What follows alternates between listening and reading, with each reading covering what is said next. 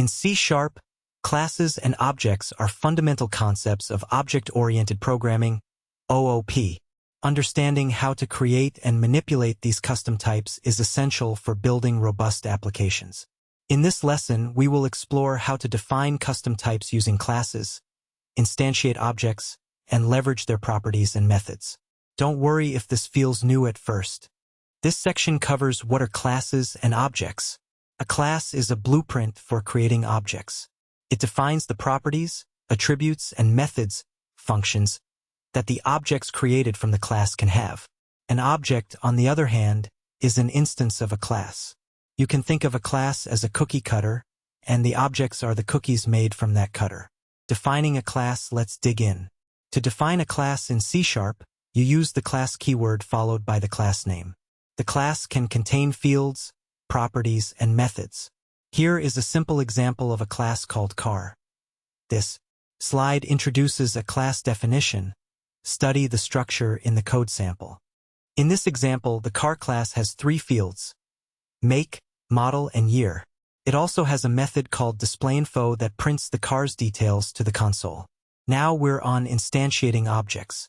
Once you have defined a class, you can create objects using the new keyword. Here's how to instantiate an object of the car class. The samples. On screen, walk through this step. Take a moment to read through them.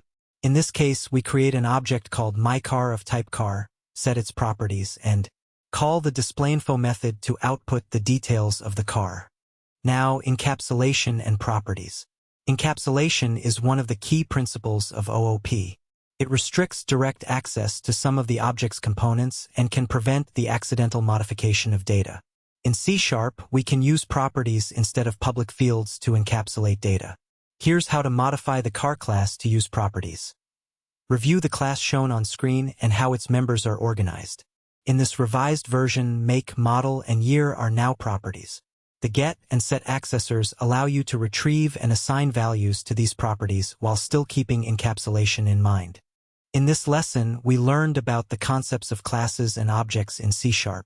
We defined a class, instantiated an object, and explored the importance of encapsulation with properties.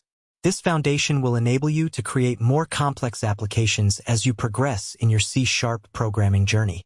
Go ahead and work through this exercise. First, create a class called book with properties for title, author, and pages. Include a method that displays the book information. Also, instantiate an object of the book class and set its properties. Call the method to display the information. Finally, add a property is read to the book class that indicates whether the book has been read or not.